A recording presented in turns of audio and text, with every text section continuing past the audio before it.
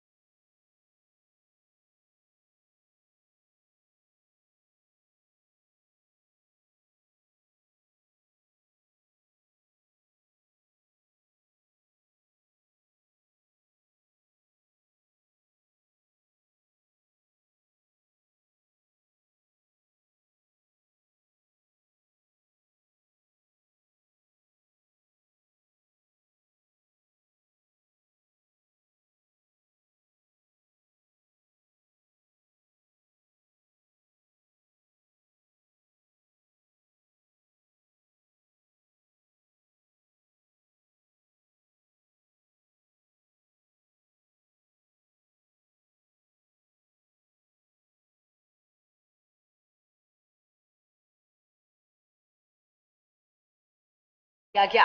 Police को घटनास्थल से कुछ सबूत भी मिले हैं। हमारी फॉरेंसिक टीम को सभी सबूत भेज दिए गए हैं। जिन लोगों पर परिवार और आसपास के लोगों ने शक जाहिर किया था, उन लोगों को हिरासत में ले लिया गया। उनसे पूछताछ जारी है। तो वहीं इस मामले पर सियासत भी शुरू हो चुकी है। अखिल भारतीय कांग्रेस कमेटी के सचिव धीरज गुर्जर ने इस घटना पर दुख व्यक्त करते हुए आरोपियों के खिलाफ शीघ्र और सख्त कार्रवाई की मांग की है। वहीं पूर्व मंत्री और बीजेपी नेता कालूलाल गुर्जर ने कहा कि राजस्थान में महिलाएं अब सुरक्षित नहीं रही। आए दिन इस तरह की घटनाएं हो रही हैं। कालूलाल ने कहा कि यह निश्चित रूप से पुलिस का फेलियर है। घटना को लेकर राजनीतिक सरगर्मियां भी तेज हो गई हैं। महिला आयोग की अध्यक्ष स्वाति मालेवाल, पूर्व सीएम वसुंधरा राजे, बीजेपी नेता सचिन पायलट ने भी ट्वीट किया है। कानून की स्थिति बद से बदतर होती जा रही है। दलितों पर अत्याचार, महिलाओं पर अत्याचार और नरसिंहपुरा जो भीलवाड़ा में पड़ता है, वहाँ एक युवती के भट्टी में अवशेष मिले हैं। भीलवाड़ा में उस युवती को जलाया गया है, उसके अवशेष मिले हैं। ये गंभीरतम अपराध है और कानून के क्रूर मजाक है। मुख्यमंत्री खुद गृह मंत्री हैं।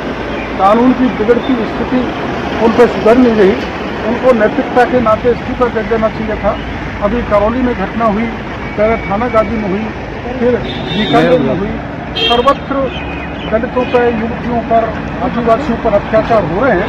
ऐसे उनको इस्तीफा देना चाहिए और ऐसे प्रकरणों में जो भी अपराधी है शीघ्र उसको गिरफ्तार किया जाना चाहिए। नरसिंहपुरा कोटड़ी की घटना, भीलवाड़ा की घटना सरकार के माथे पर कलंक है।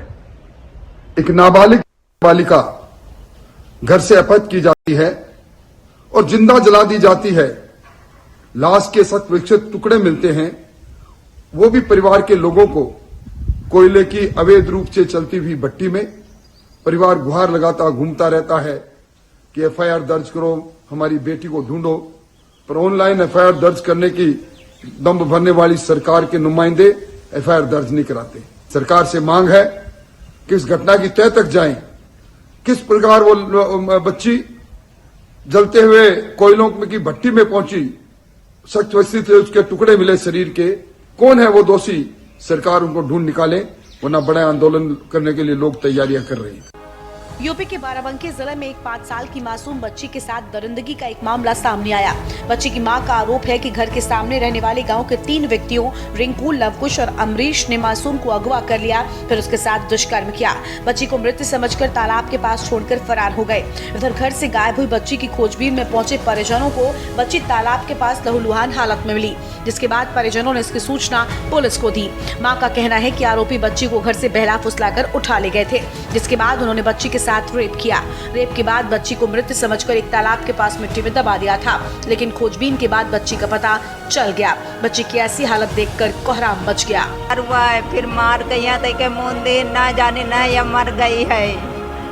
और 3 लोग रहे, रिंकू रहे और लवकुश रहे, अमरीश रहे। हमारी बच्ची पहली पहने रहे, पहली के रहे उन्हें चक्कर में यहाँ पकड़ ले गए रहे, जबरदस्ती हमारे मुहारे में यहाँ रहा था। जिस तरह से बच्चियों के साथ लगातार हैवानियत का खेल खेला जा रहा है, उसे देखकर लगता है कि शासन प्रशासन का खौफ पूरी तरीके से इन हैवानों पर से उठ गया है। यही वजह है कि सरकार चाहे कितने भी दावे कर ले बेटियों की सुरक्षा को लेकर, लेकिन जमीनी हकीकत यही है कि आए दिन बहु बेटियों की अस्मत से खिलवाड़ किया जा रहा है। स्पेशल डेस्क के न्यूज इंडिया। जी हाँ, तो राजस्थान से लेकर उत्तर प्रदेश तक एक बार फिर बच्चियों के साथ ये हैवानियत की खबरें सामने आई हैं। राजस्थान के भीलवाड़ा में जो घटना सामने आई, जहां पर एक नाबालिग बच्ची को कथित तौर पर हत्या के बाद कोयले की भट्टी में डालकर जला दिया गया, तो वहीं राजस्थान के ही डूंगरपुर में एक नाबालग की गैंगरेप के बाद हत्या कर दी गई। इसके अलावा यूपी के बाराबंकी में हैवान बने युवक ने 5 साल की बच्ची के साथ दरिंदगी की। 3 युवकों ने बच्ची का अपहरण कर उसे जबरन शराब पिलाई और उसके बाद गैंगरेप कर उसे तालाब में फेंक दिया। इस तरीके की घटनाएं जो हैं वो थमने का नाम नहीं ले रही हैं। मणिपुर में जो हिंसा हुई और मणिपुर में जो लड़कियों के साथ बर्बरता की गई, उससे अभी देश संभल भी नहीं पा रहा है। और उसके बाद इस तरीके की घटनाएं जब सामने आती हैं तो कहीं ना कहीं हम अपने आप को असुरक्षित महसूस करते हैं। भले ही लाख दावे किए जाएं, भले ही लाख बातें की जाएं कि महिला सुरक्षा जो है वो सर्वप्रथम है, भले ही मैनिफेस्टो में सबसे पहले महिलाओं को आगे रखकर कहा और उनकी महिला सुरक्षा का दावा किया जाए, लेकिन धरातल पर जो सच्चाई है वो कुछ इस तरीके की ही है जो तस्वीरों में नजर आ रही है। हम इसी पर चर्चा करेंगे। हमारे साथ सुनील कसवा जी संवाददाता जयपुर से हमारे साथ जुड़े हुए हैं, शिल्पी सैनी जी बीजेपी नेता जयपुर से हमारे साथ जुड़े हुए हैं, भरत मेघवाल जी कांग्रेस प्रवक्ता जयपुर से हमारे साथ जुड़े हुए हैं। आप सभी का बहुत बहुत स्वागत। सबसे पहले तो सुनील कसवा जी, सबसे पहले तो मैं ये जो 2 घटनाएं हैं इन पर चाहूंगी कि जरा विस्तार से दर्शकों को जानकारी दें।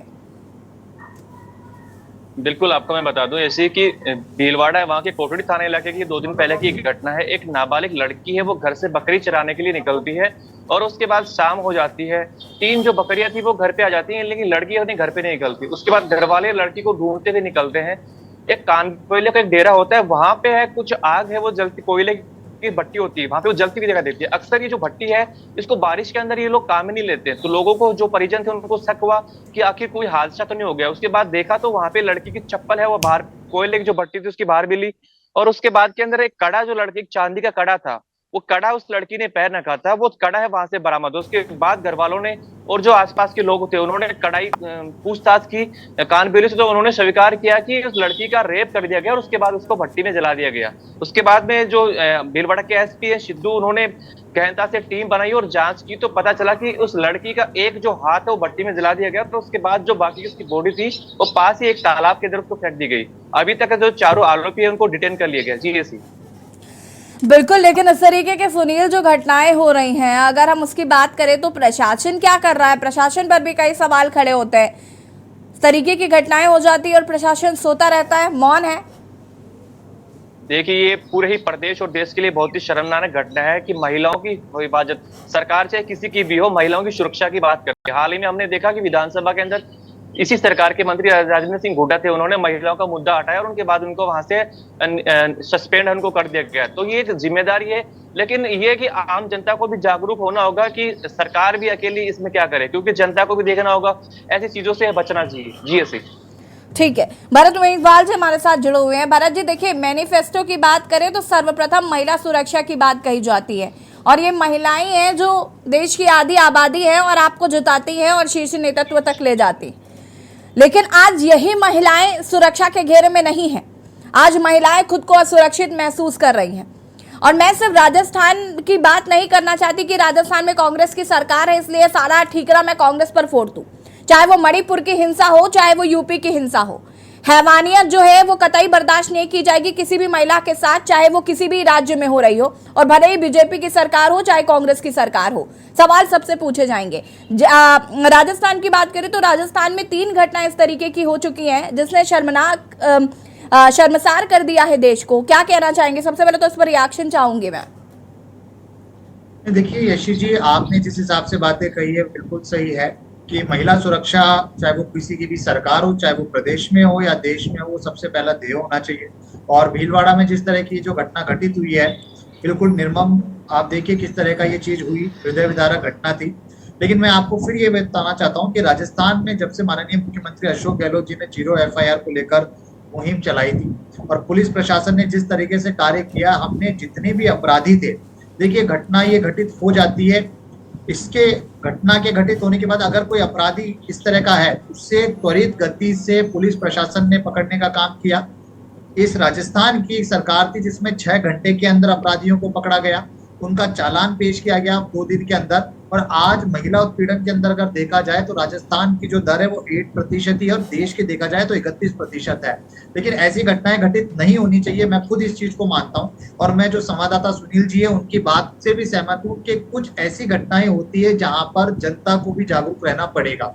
क्यों, देखिए प्रशासन और पुलिस हर जगह मुस्तैद नहीं हो सकती, लेकिन कहीं ना हमारे को अवेयरनेस की भी जरूरत है। और रही बात देखिए राजस्थान में, तो राजस्थान में जब ये घटना घटित हुई उसके बाद 4 घंटे के अंदर अपराधियों को पकड़ा गया, 4 अपराधी पकड़ लिए गए हैं। स्पेशल टास्क टीम बनाई गई है जिसके अंदर इनको फांसी की सजा जल्द से जल्द दी जाएगी। और मैं आपको निश्चित करता हूँ यश जी कि राजस्थान में मुख्यमंत्री अशोक गहलोत जी तत्परता से और पुलिस प्रशासन तत्परता से ऐसे अपराधियों को कहीं भी बख्शने वाली नहीं है। इनके घरों पर भी बुलडोजर चला दिया गया है और जिस तरीके से स्पेशल टीम बनाई गई है उस टीम की जैसे ये सारी रिपोर्ट होगी और जिस तरीके से चालान पेश किया जाएगा, अनुसंधान किया जाएगा, इनको जल्द से जल्द फांसी की सजा दी जाएगी ताकि भविष्य में कोई भी इस तरह की दरिंदगी और इस तरह का घिनौना कृत्य करने का साहस भी ना हो किसी के पास। ठीक है, मैं वापस आती हूँ। शिल्पी सैनी जी, क्या कुछ कहना चाहती है इन प्रकरण पर? सबसे पहले तो मैं ये बताना चाह रही हूँ कि जो आज हमारा समाज है वो पितृ सत्तात्मक जो समाज, ये जो पुरुषों ने है महिलाओं को जो दबा रखा है, और जो अभी जो उन्होंने जो व्याख्या की कि हमारे जो मुख्यमंत्री जी है वो उनको सजा दिया जाएगा, उनको कठोर से कठोर सजा दी गई, तो मैं सबसे पहले ये पूछना चाहती हूँ कि ऐसी घटनाएं घटित हो क्यों रही है? क्योंकि यहाँ पर अभी भी जो पुलिस प्रशासन है, जो सरकार है, गहलोत सरकार है, वो कहीं ना कहीं फेल हो चुकी है। ये महिला सम्मान के लिए, महिलाओं की सुरक्षा के लिए ये बिल्कुल फेल हो चुकी है। और आज जो ये घटना घटित हुई है किसी नाबालिग के साथ, ये बिल्कुल दर्द देने वाली घटना है, असहनीय घटना है। और इसका जो अपराधी है वो अपराध करता क्यों है? क्योंकि पुलिस प्रशासन फेल है, कांग्रेस सरकार फेल है। और ये कहीं ना कहीं ये घटनाएं घटित होना हमारे लिए, जिस समाज में जय माता दी के नारे लगाए जाते हैं, अगर वहां पर ऐसी घटनाएं घटित होती है तो ये बिल्कुल निंदनीय है। मैं बिल्कुल बोलना चाहूंगी कि ऐसी घटनाएं घटित ना हो, इसके लिए सबसे पहले तो जो विधानसभा है उसमें 50% पुरुष है तो 50% महिलाएं होना बहुत जरूरी हो चुका है। क्योंकि ये पितृ सत्तात्मक जो समाज है, इन्होंने जो पुरुषों ने जो महिलाओं की जो स्थिति कर रखी है, ये बिल्कुल निंदनीय है। ठीक है, कांग्रेस प्रवक्ता भरत मेघवाल जी, क्या कुछ कहना चाहते हैं? अच्छी चीज अभी जो इन्होंने कहा, बात को कही, मैं भी बताना चाहता हूं कि अगर राजस्थान की बात को देखा जाए तो राजस्थान में त्वरित कार्रवाइयां की जाती है। अगर आंकड़ों की मैं आपको बात बताऊं तो आज राजस्थान में 99% चालान दर है। आपके बाकी उत्तर प्रदेश, हरियाणा और मणिपुर को आप देखिए आज वहाँ के क्या हालात हो रखे हैं। 78 दिन तक वहाँ पे FIR दर्ज नहीं की जाती है। 0 FIR के लिए भी 13 दिन से ज्यादा का समय लगता है। और होता क्या है, अमित शाह जी और प्रधानमंत्री जी अपनी चुप्पी तक नहीं तोड़ते हैं। लेकिन राजस्थान में ऐसे अनेकों, मैं आपको उदाहरण बता सकता हूं जहां 2 घंटे के अंदर अपराधियों को पकड़ के 6 घंटे में चालान पेश कर दिया गया है और कितने अपराधियों को सलाखों के पीछे लेके जाया गया है। मैं ये नहीं कह रहा कि ऐसी घटनाएं घटित होने के बाद सरकार को एक्शन में लेना आना चाहिए, लेकिन मैं आपको ये कह रहा हूँ कि आज राजस्थान में लोग अपनी आवाज को उठा सकते हैं, न्याय वहां पर मिलता है। और आपने 50% की बात कही, कांग्रेस सरकार तो उसको पहले से लेकर आ चुकी है। हमारे उदयपुर चिंतन शिविर में 50% महिलाओं को, युवाओं को आरक्षण देने की बात हमने कहा है। उत्तर प्रदेश में अपने महिलाओं को आगे लाने की बात कही है। भारतीय जनता पार्टी की जिस तरीके से जो दोहरा चाल चरित्र चलाकर बात करती है, मुझे लगता है वो ऐसी चीजें नहीं करनी चाहिए। इस तरह की घटनाओं पर राजनीति कभी नहीं होनी चाहिए, चाहे वो किसी भी पार्टी की सरकार हो। लेकिन मैं यही कहूंगा कि इस तरह के आरोपियों को पकड़ने का काम माननीय मुख्यमंत्री जी ने बखूबी तरीके से किया है। और हम एक अभियान भी इसी तरह से महिला सशक्तिकरण के लिए चलाते हैं। हमने महिला टास्क बना रखी है। जिस तरीके से शहरों में या गाँव में अगर कोई महिला परेशान है या कोई और परेशान है तो उसकी सुनवाई होती है। परिवार नियोजन की हमने चीजें कर रखी है ताकि दहेज प्रथा इस तरह से प्रताड़ना जब होती है तो उसके ऊपर उनको न्याय त्वरित गति से मिल सके।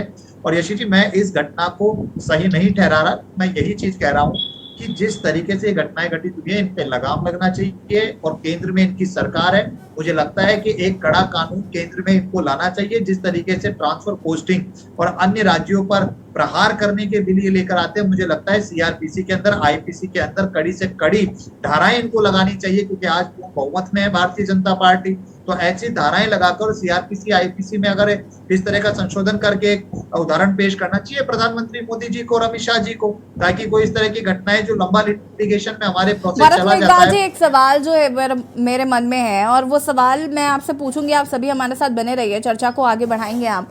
और आज हम मुद्दे की बात में बात कर रहे हैं महिलाओं की सुरक्षा को लेकर। जो घटना राजस्थान में देखने को मिली उसने कहीं ना कहीं सभी को शर्मसार किया है। मुद्दे की बात में आज हम बात कर रहे हैं जिस तरीके से राजस्थान में जो घटना हुई या यूपी में जो घटना हुई, कहीं ना कहीं महिलाओं की जो सुरक्षा है वो अब खतरे में है। और ये साफ समझ में आता है, भले ही लाख दावे कर लिए जाए, लाख बातें कर लिए जाए, लेकिन धरातल पर सच्चाई जो है वो कुछ और ही नजर आती है। भरत मेघवाल जी, मेरा आपसे प्रश्न है। आपने कहा इस मुद्दे पर राजनीति नहीं होनी चाहिए, तमाम चीज़ें, मैंने शुरुआत में ही कहा कि बेटियां किसी भी राज्य की हों, किसी भी शहर की हों, इस बात से फ़र्क नहीं पड़ता। फ़र्क इस बात से पड़ता है कि उन बेटियों को न्याय कैसे मिल रहा है या सुरक्षा कैसे मिल रही है। अब भले ही वो कांग्रेस की सरकार हो या बीजेपी की सरकार हो। तो अगर देश के प्रधानमंत्री मणिपुर की बात करते करते राजस्थान और छत्तीसगढ़ की बेटियों का भी जिक्र करते हैं, तो क्या आपत्ति है कांग्रेस को? कांग्रेस क्यों इस बात का इतना ज़्यादा बवाल मचाया गया? क्यों कहा गया कि प्रधानमंत्री मणिपुर और राजस्थान, छत्तीसगढ़ और राजस्थान की बात करने लग गए? वो सिर्फ मणिपुर के प्रधानमंत्री तो नहीं है, वो राजस्थान और छत्तीसगढ़ की बेटियों के लिए भी उनका भी उतना ही हक है जितना कि मणिपुर के लिए है। फिर इस बात पर इतनी राजनीति क्यों? यशी जी, आपने जो सवाल पूछा बहुत बढ़िया सवाल है। माननीय प्रधानमंत्री जी संसद परिसर में 8 मिनट 28 सेकंड का अपना भाषण देते हैं पत्रकारों को। उसमें से मात्र 36 सेकंड वो मणिपुर पर बात करते हैं और फिर वो मणिपुर से होते हुए राजस्थान छत्तीसगढ़ पे आ जाते हैं। मणिपुर पिछले 78 दिन से चल रहा था, जिसकी माननीय प्रधानमंत्री जी ने सुध नहीं ली। मणिपुर के अंदर जो हथियार थे, उन हथियारों को वहां के जो समुदाय के लोग थे वो चुरा कर ले जाते हैं। वहां पर जो महिलाएं हैं उनको निवस्त्र कर रोड पर घुमाया जाता है, दरिंदगी की जाती है और उनके सामने उनके भाई को, उनके पिता को गोली मारकर पुलिस की वैन में रख दिया जाता है।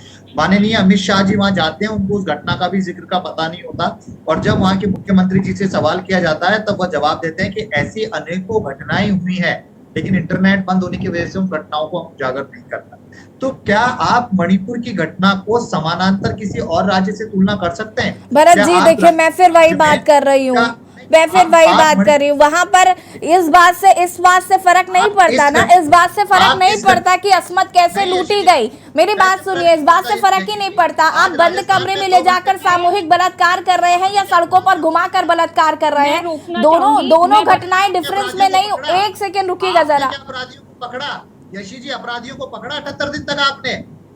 यहाँ क्या राजस्थान इस बात के लिए आप जरूर सवाल उठा सकते हैं, लेकिन आप इस बात पर तो सवाल नहीं उठा सकते थे कि छत्तीसगढ़ और राजस्थान की बात क्यों कर रहे हैं। कमेटी जाती है, राजस्थान में 6 घंटे में अपराधियों को पकड़ा है, राजस्थान में 7 घंटे के चलिए अब एक सवाल का और जवाब दे दीजिए, उसके बाद शिल्पी जी आपके पास आती हूँ मैं। भरत जी जरा बताइए, राजेंद्र गुड़ा जी को तो नहीं भूले होंगे आप आजकल, क्योंकि चर्चा में शामिल है वो।